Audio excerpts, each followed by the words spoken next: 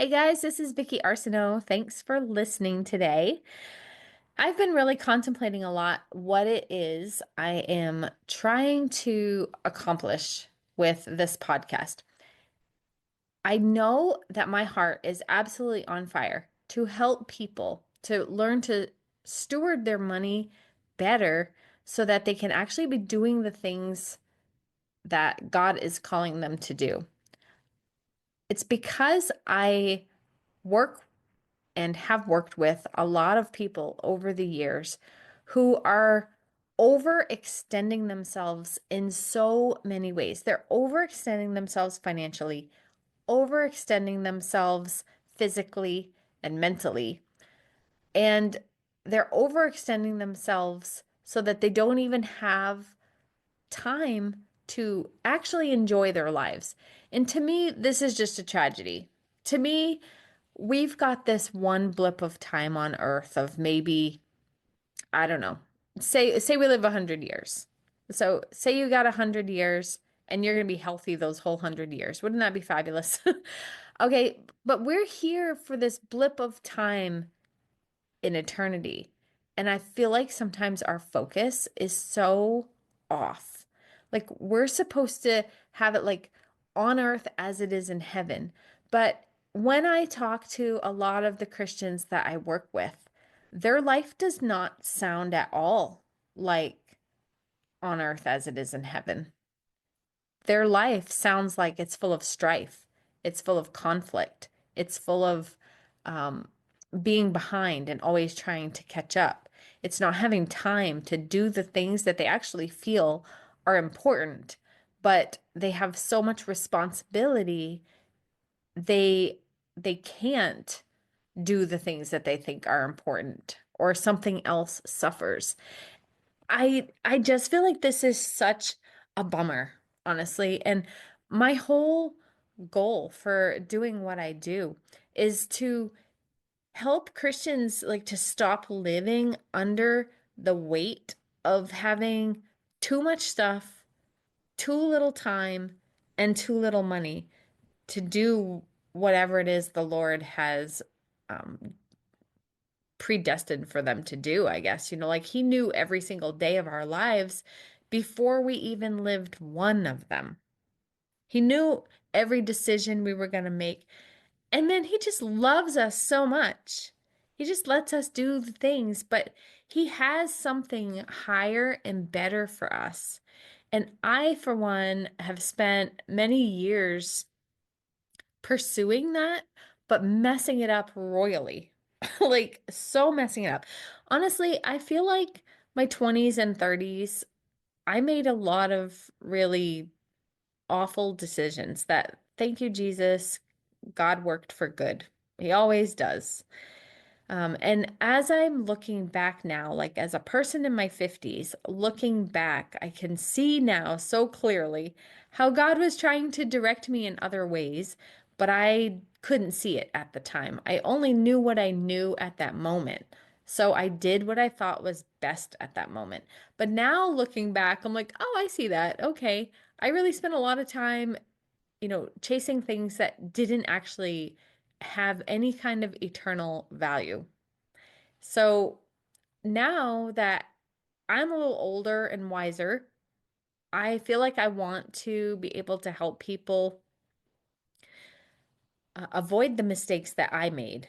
Or if you've already made them, then to realize that you can actually get out of them because I did. And if I can, I know you can. So I feel like, a lot of people spend their lives often working jobs they don't even enjoy to afford things that they don't even really need and just constantly feeling financially stressed. And I just want to change that because I just know we were made for more. And you're at your job and you're making a difference there in people's lives. That's awesome. You're paying your bills. You are working. That is awesome. We're supposed to work. So that is fantastic. But I feel like we can do this in a more kingdom-minded way, kingdom-focused budgeting, kingdom-focused business.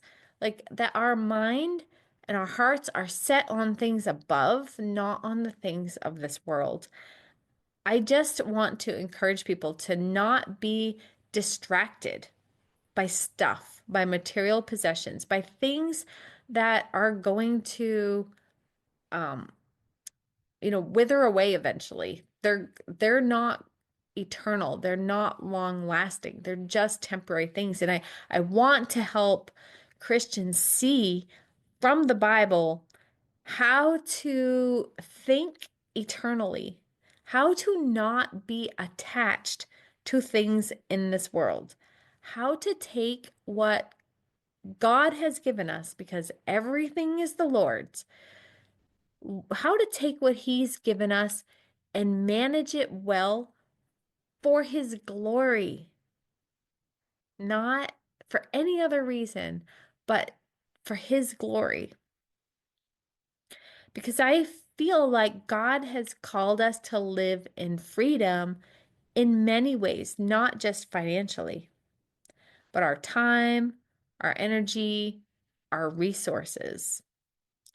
And so ultimately, I was telling a friend yesterday, I'm like, I really struggle to explain why I'm doing what I'm doing. And because when I say financial freedom, I'm not trying to say like, okay, you're going to have $1 million in your bank account. Because sometimes when you think financial freedom, you think, oh, I got so much money, I don't need to worry about anything. And that can happen for sure. But the goal is that I don't have the financial pressures that I used to have. That's the kind of freedom that I'm talking about, that you don't have the pressures. You are free from the pressures. And so that's one of the things that I'm like, okay, well, how do I say that? Like, how do I say that except for financial freedom, financial peace? I mean, I don't know. I'm not great with words when it comes to that. I've even used Chat GPT and been like, okay, this is what I'm trying to say. Can you help me say this in a different way? And still, I have not found anything that makes it feel quite right. But ultimately, I have realized over the years that becoming debt free has so many advantages. I mean, I'm not chasing the dollar anymore. I'm not trying to pay everything up. I don't owe anybody anything at all. And so that's an amazing way to live. And I just want people to have that. Does that mean that I've got, 8 bank accounts full of money? No, I don't. I'm an average person, right? Like I'm not the person that's advertising, "Oh, I have a 7-figure business." Like even if I did, I would never even say that because that's not relatable to people. You can't go from earning your 5 figures to 6 figures to 7 figures all in one big thing. Like when I work with people, helping them earn side income, it's like, let's make your first $500. 500 bucks. Right now, 500 bucks is what you need, and that is doable. Then we're going to put that on repeat. And as you're earning that money, you're going to have new wisdom to know how to use that and where that money is going to go. Because guess what? Making more money won't solve a spending problem. You're still going to spend, you're just going to spend more. I can't tell you how many times I have seen people get a raise and they're so grateful for the raise at their job. And somehow they still end up living paycheck to paycheck because now that you have more money, you spend more money. It's just a natural thing that happens for like the majority of people. So I I want people to be able to earn extra income to create that that financial freedom, that financial peace, the time freedom that they crave. So when you take this money and you budget and you say, "Hey, I'm on a mission and I'm going to pay down my credit cards. I'm going to pay off my cars. I'm going to pay off my house. I'm going to have $1,000 in an emergency fund. I'm going to have $10,000 in an emergency fund." Like you start using this money wisely and actually consulting the Lord about it. Because imagine this. Imagine if you are a parent out there and you're listening. Let's imagine that you have a child who comes to you and says, "Hey, like I know you have money and um I know that eventually I'm going to inherit this money. So I want you to give me some money now, and I demand it because it is rightfully mine." Now, how would you respond as a parent? Please say you would not give that to them. Because listen, there are different sections of Christianity where people say that you can demand of God because everything he has is ours, and we are inheriting everything. We are daughters and sons of a king, and we can demand from the Lord what is rightfully ours. And I'm like, excuse me, if my child came to me and said that they demand money from me, I'd be like, heck no. Get your little body out there and start working if you want anything, right? Okay, and what about this other sect of people where they would say, well, my parents are rich.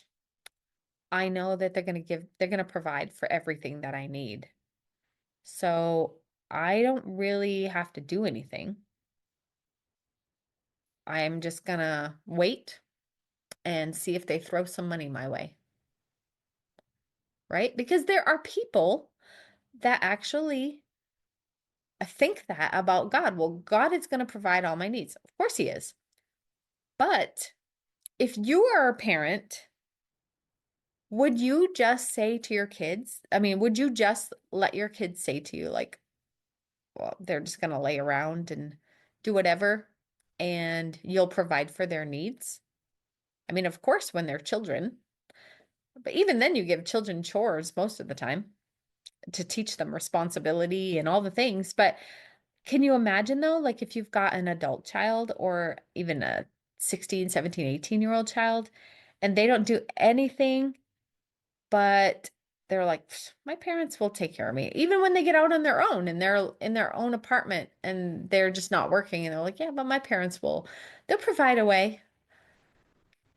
The mindset is not a healthy mindset, right? Because, and a lot of people go to God that way. They're like, well, you know what? I'm gonna just wait and see what the Lord does. He says he's gonna provide everything for me, so I don't need to do anything. No, no, that is not true. God has given us the ability to work. Working is a gift. To be able to work is a gift from the Lord. And how about if you, um, let's say that you said to your child, or like, even if it's an adult child, okay, it's an adult child, but you said, you know what, I really want you to manage my finances because I managed my mom's finances for quite a long time. I mean, I still do, but now she's in a nursing home and there's a lot less to manage. But for a long time, I managed her finances. And beforehand, she was a paycheck to paycheck person. My dad was a paycheck to paycheck person. This is just how they functioned. They didn't know what they didn't know. So when she was in her 70s, I started handling things, and she ended up having so much more money in her savings because I just had her bills paid. We saved a certain amount each week or each paycheck to pay for the bills. I just have a system, the way I do things. And ultimately, she was able to save up so much money. Like, she would get so shocked at the idea. She's like, oh my gosh, I have never had this much money in a savings account in my life. She's like, this is so awesome, right? But what if my mom gave me the responsibility to manage her finances, and I said, well, I'm managing her finances, so I'm just gonna borrow $500 from her. because I want something. I didn't ask her. I just did it. It's just like, oh, I think I need this. So I'm going to just take this and use it for myself without asking her. Well, oftentimes, this is what we do to God. He gives us money to manage, time to manage, like a lot of different things for us to manage, right? We're supposed to be good stewards, right? That's another word for steward is manager. He gives us things, and a lot of times we don't even ask him, what do you want me to do with this, Lord? A lot of times we don't even tithe because we don't feel like we have enough money to tithe. If I give you 10%, I can't pay this bill. Well, where'd you get the bill? Are you living outside of your means? And so, how would you feel if your child was managing your finances for you and started just dipping into it and not even asking you if they could use it? Because often that's what we do to the Lord. The reason I'm saying this is not to bring shame, not to bring condemnation, not to make you feel bad. It's to hopefully open your eyes to say like, wait a minute here, maybe I've been missing the mark and Lord, I want to do this the right way. I want to include you in everything that I'm doing. I want to have a fresh perspective about how you look at my life and what I'm supposed to be doing with it. How you look at the finances and the stuff that I own and what you want me to do with it. Like, I just want to give you a different perspective, a different way to think about this. Because, of course, when we die, we're all going to be with the Lord for sure. And probably the one question is going to be, what did you do with my son? Not how did you handle your finance? How did you do this? But what did you do with my son? And if we're so consumed with ourselves that we're not seeking the Lord and what He wants us to do with the 24 hours that we have in every single day, and the money that we earn, and the abilities and gifts that we have. Like, what are we doing if we're not checking with Him to see and following what it is that He would want us to do? Are you willing to make sacrifices? Are you willing to give up things that seem important to you but are not important in the kingdom? Does it matter if your car is a $20,000 car or an $80,000 car or a $5,000 car? Does it matter necessarily? Does it give you a sense of esteem? Do you care how people look at you for what you drive? Like, literally, my car is loud. All right, it's not the loudest. To me, it's loud when it starts. It's always loud. We've tried to get it fixed. It's apparently not fixable because we've taken it to 3 different garages and it never gets fixed. They're like, there's nothing that we can do for this. So I have to ride around in this car that is loud. It's a paid for car. I've probably got many years with this car ahead of me. I don't love it. You know what? I don't love the loudness of it, but it gets me from point A to point B, and it makes me ask myself, what is your problem? Who cares if it's loud? This car is a gift from the Lord. Like, you have a vehicle. Do you know how many people don't have vehicles? How are you going to sit here and complain because it's a little bit loud when you start it up? It's kind of just become a joke now. And if I could ever get it fixed, I probably would. But it makes me think about what what is it in me? Am I embarrassed by it? Okay, well then if that's the case, then maybe my eyes are too much, focused on what people are thinking about me. And I don't want that. So I will drive my loud car. It's fine. It looks nice. It rides nice enough. It's fine. So, it's these types of things to think about. So, why does it matter about your house? Now, I understand in today's economy and the real estate market and everything, houses, prices of everything have risen like crazy. And it's hard to even be able to afford to live in a house that you've lived in already for 10 years because taxes go up and food prices go up and oil goes up and all the things go up. So I totally get it. So please understand I am not trying to, make something way more simple than it can be right now in your life. But what I want to do is to just challenge you to think about it. What could I do differently? Could I downsize? Is my house too big for my needs? Am I still living in a four-bedroom house, but all the kids are grown? Do I need all of this stuff? Like, could I sell this house and what could I do instead? Just to get you to think outside the box. Because if what you're doing right now is not working, then you have to do something else. And I'm an outside the box thinker. If you need ideas for what you could do, I'm your girl. Like I got ideas. I got ideas all day long, every day. So I want you to think about and pray about, not even think about, but I really want you to take time with the Lord and ask him, where where could I be more kingdom focused in my life? Where could I put more Jesus in my life and keep you as the solid foundation, as the center of my life? Where could I do that better? Lord, will you please open my eyes, give me a revelation of ways that I could do life differently? Do I need to declutter? Can I sell off some stuff that I have that I don't need anymore? Do I need to sell my house? Could I sell my car, get rid of this payment, and get a car that's cheaper?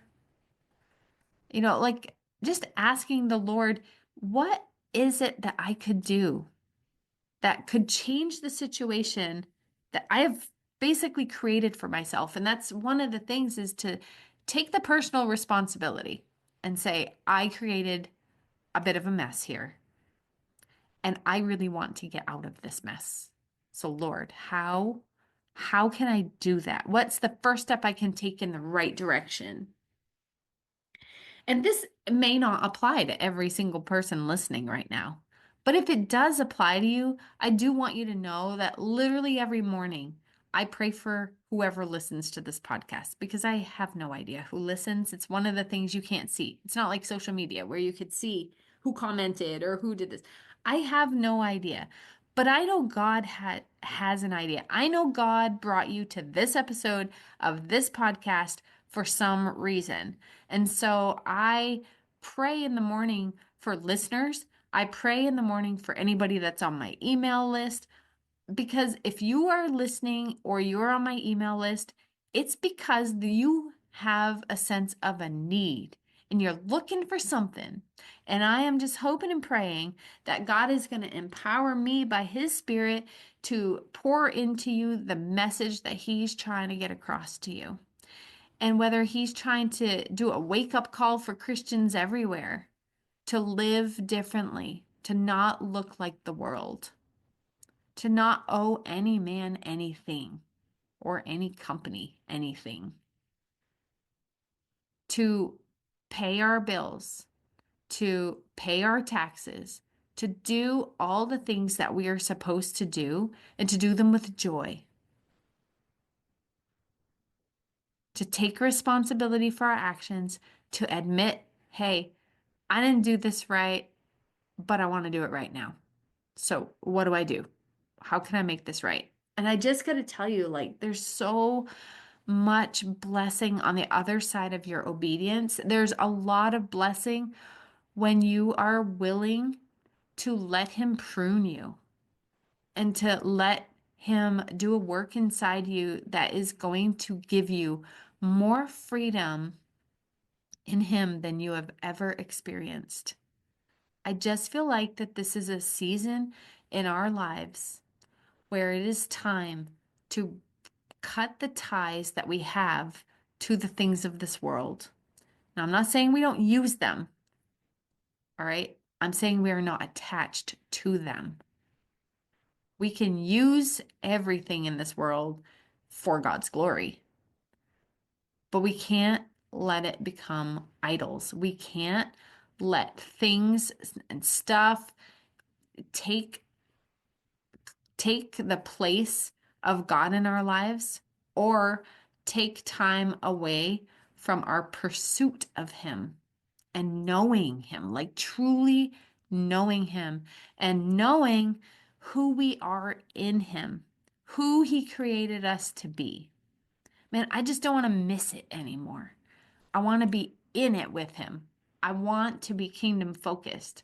I want to be here as an ambassador for Christ on this earth as long as I live, and to understand that this is not my final home.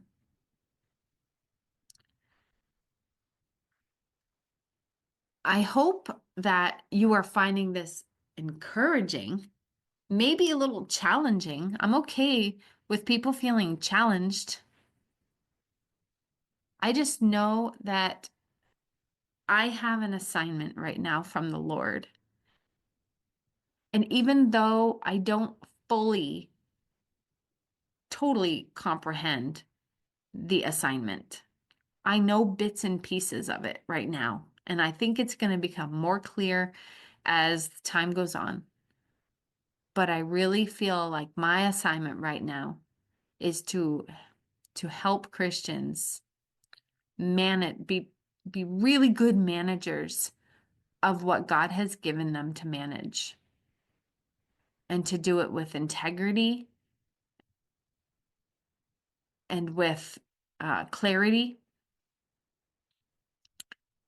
and with a passion for change in their lives. So if that's you out there, I want you to know, if you've been laying there at night saying, God, I don't know what I'm going to do. Life is hard right now. I want you to know He's hearing your prayers and He's answering your prayers. You may not get a giant, gift of money falling out of the sky, but you are going to get the gift of knowledge and the gift of wisdom on how to do things differently so that you can start creating what you need. You can create your own income. You can create your own budget. You can create the life that you want to have. And my stance is always less is more. I want you to minimize so that you can maximize. You minimize the debt, minimize the financial stress, minimize the amount of time you are spending doing things you don't even want to do, and maximize your time, maximize your giftings, maximize your impact on the lives of the people around you. Maximizing is about thinking eternally. So that is what I'm praying for you guys this week. And if you need any help, you can always go to vickyarsenault.com. You can, sign up for my free resources. You'll get daily emails from me. You can find me on Facebook. Like, it's fine. Just reach out. If you need that help, reach out. But I'm going to end this. I'm so grateful that you're listening. And I do ask you to pray for me as well, that I would have the revelation from the Lord of exactly what it is He wants me to say to people. And that He would give me the insight and the knowledge, and to be led by the Spirit to know who to impact, what exactly He wants me to do. Your prayers are super helpful, and I would really appreciate them because I just want to be the eyes and the hands and the mouthpiece and the feet of the Lord going about the earth, making a difference in people's lives for the kingdom. So, thank you for joining me today. And if you got something from this, I'd love it if you would, I don't know, leave a review, leave a comment, spread the word, share it with people that you think it will help. And be patient as I try to figure out the direction that God wants me to go with this. Even though I don't always have exact clarity, I keep taking steps forward because I feel like you find clarity when you start taking steps. If you stand still and just wait, you may never know. But at least if you start taking steps in a direction, you find out, like, okay, this is not quite the right way, but I'm on the right path. And that's kind of how I feel some days. And you'll feel that way, and it's totally okay. It's part of the process. The journey is the best part of the journey. It's not even the destination. That's not the best part. The journey is the best part because that's where you learn everything. So, all right. Thanks so much for listening. I hope you have an amazing week, and I'll see you next time.